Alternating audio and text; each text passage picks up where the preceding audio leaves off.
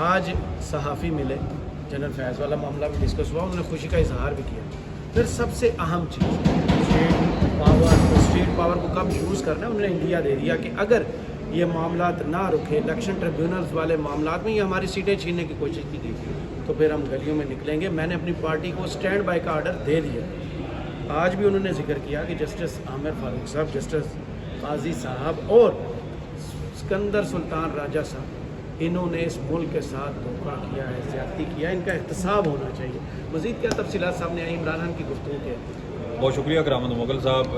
عمران خان نے آج London plan کے جو کھلاڑی تھے نا, ان میں 3 مزید کھلاڑیوں کا اضافہ کیا, ٹیم میں شامل کی. ہاں, انہوں نے ٹیم میں شامل نہیں, ٹیم میں یہ پہلے ہی شامل تھے لیکن بیچاروں کے شاید پہلے تختی کے اوپر نام نہیں لکھے گئے, لیکن آج عمران خان نے تختی پر نام لکھ دیے ہیں. ویسے تو سابق کمشنر راولپنڈی لیاقت علی چٹھا نے بھی 17 فروری کو جو تباہ کن قسم کے انکشافات کیے تھے, اس کے بعد 2 اہم کردار کا تو ہمیں پتہ چل چکا تھا. تیسرا اہم کردار آج منظر عام پر آیا اور وہ ہے جناب چیف جسٹس اسلام آباد ہائی کورٹ جسٹس عامر فاروق صاحب, جن کے بارے میں عمران خان نے کہا کہ 9 مئی کی بنیاد کی جب بھی تحقیقات ہوں گی تو وہ تحقیقات ہوں گی اسلام آباد ہائی کورٹ کے اس کمرے سے جہاں بایو میٹرک ہو رہی تھی, وہاں سے کھورا جب آپ تلاش کرنا شروع کریں گے تو پھر وہ ہر سائڈ پہ آپ کو اس کے نشانات ملیں گے.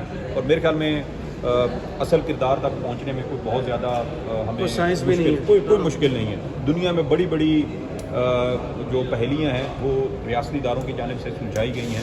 ایسے اندھے قتل اور ایسے حیران کن قسم کے منصوبہ بندی ایسی ہوتی تھی کہ انسان کے رونگٹے کھڑے ہو جاتے تھے, لیکن وہ ساری چیزیں بھی سلجھائی جا چکی ہیں. تو یہ تو کوئی بہت بڑی سائنس نہیں ہے. اور جن لوگوں نے ڈرون ڈپیوٹ کیا تھا, جن لوگوں نے پولیس کی نفری لگائی تھی, جن لوگوں نے پہلے سے پوزیشن لی تھی, یہ ساری چیزیں کیلکولیٹڈ تھی. یہ ہو نہیں سکتا کہ ریاستی اداروں کو ان کا علم نہ ہو. اور کیا یہ واقعی رینجرز کے اہلکار تھے یا رینجر کی وردیوں میں کچھ اور لوگ تھے؟ یہ بھی ہمیں پتہ ہے کہ پولیس کی وردیاں پہن کے گھروں سے ایجنسیوں کے لوگوں کو اٹھاتے ہیں اور اس کے بعد پولیس بیچاری جو ہے وہ کہتی ہے کہ ہمیں تو پتہ ہی نہیں ہے, حالانکہ CCTV فوٹیج میں پولیس کے لوگ جو ہے وہ یونیفارم پہنے ہیں. تو آپ دیکھ لیں کہ متی صاحب کو جن لوگوں نے اٹھایا تھا انہوں نے بھی پولیس کی وردی پہنی ہوئی تھی, لیکن بعد میں پتہ چلا تھا کہ وہ کسی اور ادارے کے لوگ تھے. تو اس لیے یہ چیزیں ہوتی رہتی ہیں. لیکن عمران خان صاحب نے آج میرے خیال میں اپنے میں سمجھوں گا کہ شاید رہائی کا ایک طرح سے اشارہ دیا ہے. اچھا, کیونکہ عمران خان صاحب مارچ کے مہینے میں جب انہوں نے یہ کہا تھا کہ انہیں مزید اسٹیبلشمنٹ 4 سے 5 مہینے جیل میں رکھے گی, اور یہ مارچ کی بات ہے, تو مارچ سے لے کے اگر ہم آگے چلیں تو یہ اگست ستمبر کا مہینہ بنتا ہے. اب تو کچھ لوگ 20 ستمبر تک کا حوالہ بھی دیتے ہیں کہ 20 ستمبر تک بہت ساری چیزیں جو ہیں وہ شاید ڈیسائیڈ بھی ہو جائیں, نمٹتی ہوئی ہمیں نظر آئیں, کیونکہ 20 ستمبر کو بھی ایک بہت بڑی تبدیلی ہونی ہے. 20 ستمبر کو ایک بڑی وہاں سے بھی کسی بندے نے ریٹائر ہونا ہے, ایک بڑی طاقتور شخصیت ہے. تو اب آپ شاید سمجھ گئے ہوں گے کہ میں سمجھ گیا ہوں سر, اسی لیے تو میں رک گیا ہوں, تو وہ کیونکہ میرے آفس بھی پہنچا ہے. تو وہ کہا جا رہا ہے کہ ان بڑی شخصیت کی ریٹائرمنٹ سے پہلے بھی شاید بہت ساری چیزیں کلیئر ہو جائیں گی. اور اس وقت بھی آپ کو پتہ ہے کہ وہ کہتے ہیں نا کہ اداروں کے درمیان بھی سوتن والا تعلق ہوتا ہے. کل سے سنا ہے کہ بڑی لڑائی شروع ہو چکی. جی, وہ بڑی لڑائی کافی عرصے سے جاری, گرفتاریاں ہوئی ہیں اور اس کے بعد لڑائی شروع ہو چکی. جی, وہ دیکھیں کہ یہ جو لڑائی تھی یہ کافی عرصے سے چل رہی تھی, لیکن اس میں پھر یہ ہوتا تھا کہ سلام دعا بھی ہو جاتی تھی, پھر ایک دوسرے کے دھکے ٹھڈے بھی ہو جاتے تھے. ایک ہی اسائنمنٹ تھے, 2 بندے لگے. ہاں, وہ پھر مل جل کے کام ہو رہا تھا. لیکن اب جیسے جیسے ٹائم نزدیک آ رہا ہے تو اب آپ کو یقیناً بڑے حیران کن انکشافات, بڑے حیران کن قسم کے اقدامات اور معاملات ہوتے ہوئے نظر آئیں گے. اور کچھ ذرائع یہ بھی بتا رہے ہیں کہ 20 ستمبر سے پہلے بہت ساری چیزیں شاید واضح بھی ہو جائیں گی, کلیئر بھی ہو جائیں گی. اور عمران خان کی رہائی کے حوالے سے بھی ابھی دیکھیں کہ 1-2 کیسز ہی پیچھے رہ گئے ہیں. ایک توشہ خانہ والا ہے, وہ درخواست ضمانت اسلام آباد ہائی کورٹ میں آج بھی اس پہ سماعت ہوئی ہے. 17 اگست تک اس کی سماعت مزید گئی ہے. تو وہی زیادہ جو عامر فاروق صاحب نے 15 اکتوبر کو لگائی, 17 اکتوبر کو لگائی تھی. تو وہ چیزوں کو لٹکانے کی اسی وجہ سے کوشش کی جا رہی ہے کہ شاید طول کھینچا جائے مزید. لیکن اب معاملات شاید بہت سارے لوگوں کے ہاتھ سے شاید معاملات نکل جائیں گے. عمران خان صاحب کی جانب سے ایک تو جسٹس عامر فاروق صاحب کا انڈیا اور حوالہ دیا گیا کہ یہ بھی لندن پلان کا حصہ ہے. چیف جسٹس قاضی فائز عیسیٰ کا انہوں نے کہا کہ یہ لندن پلان کا حصہ ہے. چیف الیکشن کمشنر کا انہوں نے کہا لندن پلان کا حصہ ہے.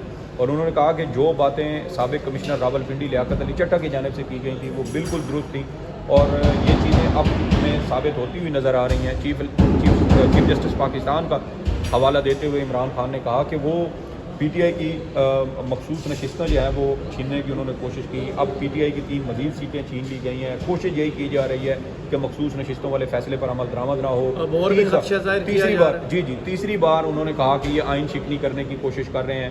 اس سے پہلے پنجاب الیکشن معاملات آپ دیکھ لیں آئین شکنی کی گئی. دوسری تھی ملک بھر میں 90 روز میں انتخابات کروانے کا, اس میں بھی آئین شکنی کی گئی.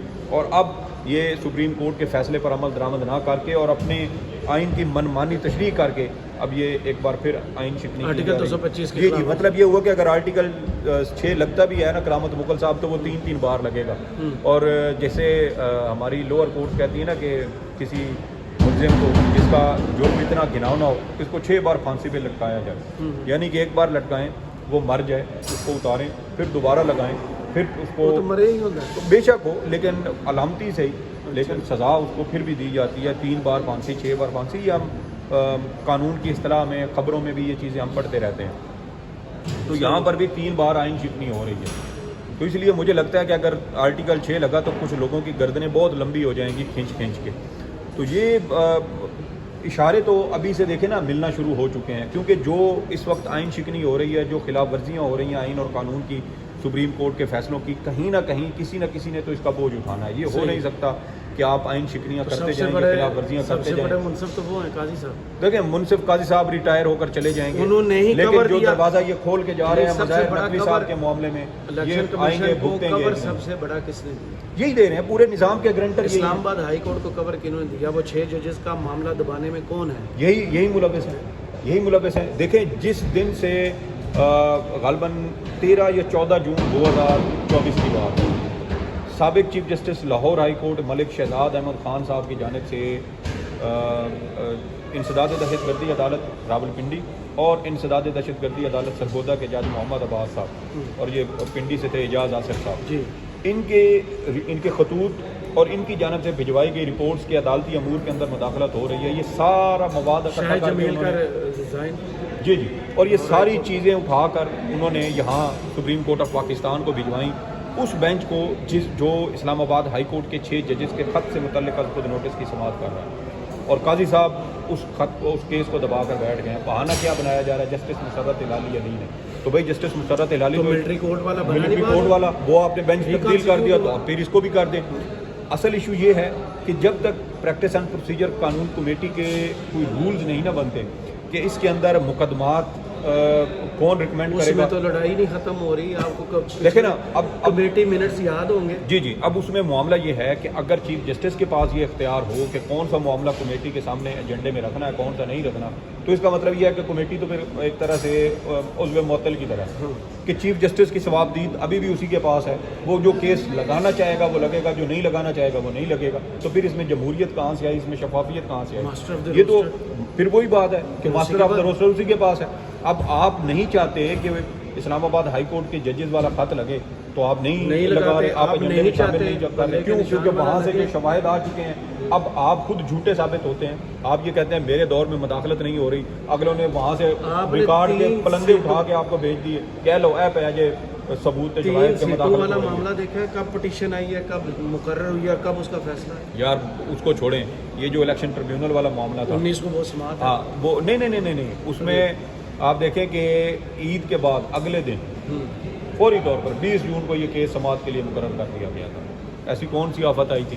ذرائع تو یہ بھی بتاتے ہیں کہ الیکشن کمیشن کو کہا گیا تھا کہ آپ انٹرا کورٹ اپیل نہ کریں ہائی کورٹ میں آپ سپریم کورٹ پہنچے. ان کو پتہ اور الیکشن کمیشن یہاں پہنچے اور یہاں سے آگے پہلے ہی دیکھیں تیار پڑی تھی اور اسی وقت دم درود پڑا گیا اور وہ بانٹ دی گئی اور کھاؤ پیو رج کے کھاؤ. تو دیکھیں کرامت مغل صاحب ایک تو عمران خان صاحب نے یہ دھاندلی کے اوپر گفتگو کی. تیسری بار آئین شکنی کا اندیا دیا. دوسری اہم چیز یہ ہے کہ مجھے یہ لگتا ہے کہ عمران خان اپنے لوگوں کو تیار رہنے کا حکم دے چکے ہیں اور دے رہے ہیں کہ ذہنی طور پہ اور اس کی ریہرسل ہمیں 14 اگست کی 13 اور 14 اگست کی درمیانی رات بھی اور گزشتہ روز بھی آپ دیکھ لیں پورے ملک میں پی ٹی آئی نے ریلیاں اور نکالی. ایک دم سے پھر ہم چھاپے پڑے. دیکھیں چھاپے پڑے, لوگ اب اس چیز سے نہیں ڈرتے. اچھا میں کہہ رہا ہوں کہ اس وقت حالات بنگلہ دیش سے بھی آگے نکل چکے ہیں. ایک چھوٹی سی بھوٹان سے بھی پیچھے چلیں گے. سر انٹرنیٹ کی صورتحال ہے وہ سارے ملک کے انٹرنیٹ کو سامنے. چھوڑیں, انٹرنیٹ جو ہے نا وہ انٹرنیٹ کے بغیر بھی, انٹرنیٹ تو بنگلہ دیش میں بھی بند ہو گیا تھا, اس کے باوجود مظاہرے ہوئے, لوگ اکٹھے ہوئے, سب کچھ ہو گیا. تو یہ صرف یہ کہہ دینا کہ انٹرنیٹ کی بندش, یہ چیزیں اب ایسے نہیں چلتی. ذرائع کمیونیکیشن بہت زیادہ بڑھ چکے ہیں, لوگوں کی آپس میں تبدیلیاں. یار مجھے بتائیں, پی ٹی آئی نے سیاست کے اندر جو ایک طرح سے تبدیلیاں لے کے آئی ہے, جو جدت لے کے آئی ہے کہ یار لاکھوں کی تعداد میں جلسے آپ نے سوشل میڈیا پر کروا دیے, لوگوں کو گھروں سے نکلنے کی زحمت نہیں کرنا عمران خان پڑی. جیل میں اسپیچز آ رہی ہیں اے آئی سے جنریٹڈ, تو کس کے ذہن میں تھا کہ یہی بات میں کر رہا ہوں کہ اب سوشل میڈیا کا زمانہ ہے, چیزیں بہت زیادہ تبدیل ہو چکی ہیں, اور ان تبدیلیوں کی وجہ سے میرے خیال میں معاملات اب ریاست کے کنٹرول میں اس طرح نہیں رہے جیسے پہلے رہنے چاہیے. مزید